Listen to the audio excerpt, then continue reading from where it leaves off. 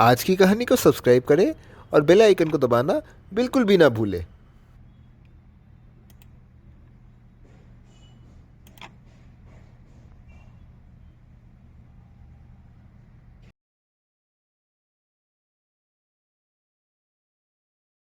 Sinbad इतने दिन जल यात्रा करने के बाद उसका रोमांच कम नहीं हुआ। वह फिर से नया अनुभव प्राप्त करने के लिए पर्शिया के राज्य की ओर भ्रमण करने की सोचता है। उसका जहाज पर्शिया की सफर की ओर निकलता है।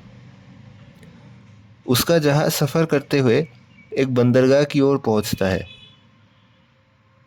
उस बंदरगाह पर एक बूढ़े कप्तान से उसकी भेंट होती है। वह कप्तान सिंदबाद को यहाँ जहाज के ठुकराने की बात बताता है। वह बहुत बुरा था। वह इस बंदरगाह में कई सारे जहाज के दुर्घटना होने की बात बताता है। वह ये भी बताता है कि उसका जहाज भी दुर्घटना से ग्रस्त हो गया था। ये कहकर वह मायूस हो जाता है और उस बंदरगाह पर बहुत सारे टूटे फूटे जहाज को वह दिखाता है। सिंदबाद और वह बूढ़ा कप्तान उस भूमि पर जाते हैं जहाँ पर बहुत सारे यात्री दफन पड़े हुए थे। सिंदबाद यह देखकर वह जानकर बहुत भयभीत होता है। कई दिन बीतते हैं। वह अपने उस बूढ़े साथी के संग बहुत सारी बातचीत करता है। सिंदबाद इसी बीच एक नाव बनाने को लग जाता है। वह कई लकड़ियों के कुछ टुकड़ों से अपना नाव बनाने में जुट जाता है। वह नाव पर कई प्रकार के गहने एवं रत्न लगाता है और आगे सफ़र की ओर निकल पड़ता है। कई दिनों तक सिंदबाद एक गुफा के निकट रात्रि के समय पहुंचता है और वहां नाव पर ही सो जाता है। कुछ दिनों के बाद वह स्वयं को एक शहर के तट पर पाता है। वह जब जागता है तब स्वयं को कई नीगरों के पास देखता है। सिंदबाद को होश आता है और वह नीगरों को धन्यवाद करता है। वह भूखा था और वह कुछ खाने के लिए मांगता है, मगर नीगरों को उसकी बातें समझ में नहीं आती है। सिंदबाद अरबी में बताने जाता है। वहाँ उन नीगरों में से एक अरबी को समझता है। वे सभी सिंदबाद को अपने घर ले जाते हैं और उसको कई प्रकार के भोजन प्रदान करते हैं। सिंदबाद एक दिन के लिए उनके घर ठहरता है और विश्राम करता है। अगले दिन वे नीग्रो उसे वहाँ के राजा के बारे में बताते हैं। वे नीग्रो फौरन एक घोड़ा बुलाते हैं और सिंदबाद उस पर सवार होकर राजा के महल की ओर जाता है। थोड़ी दूर पहुंचने के बाद सिंदबाद उस शहर से परिचित होता है।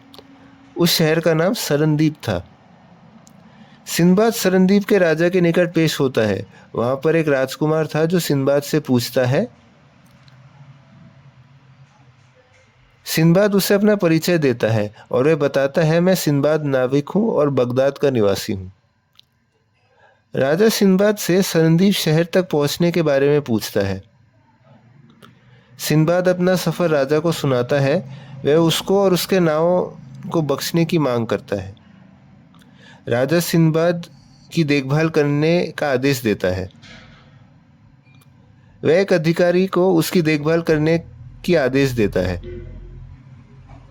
वह अधिकारी उसके सारे सामान व सामग्री को मेहमान निवास पर ले जाता है। वह स्थान वहां से कुछ ही दूर पर स्थित था। वहां से पहाड़ तथा समुद्र दिखता था। अगले दिन वह वापस शहर के राजा दरबार को पहुंचता है। सिंदबाद राजा से वापस अपने शहर बगदाद जाने की मांग करता है। राजा उसकी निवेदन को नम्र स्वीकार करता है और सिंदबाद को वापस देश पहुंचाने का फरमान जारी करता है। वह उसको अपने सेना के वर्तमान में सिंदबाद को लौटाने को कहता है। राजा सरनदीप अपनी सेना तथा अधिकारी सहित अपने वतन के लिए सिंदबाद को विदाई देते हैं।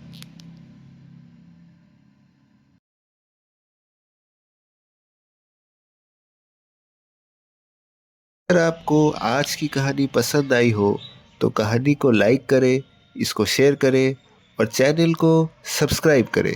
नमस्कार।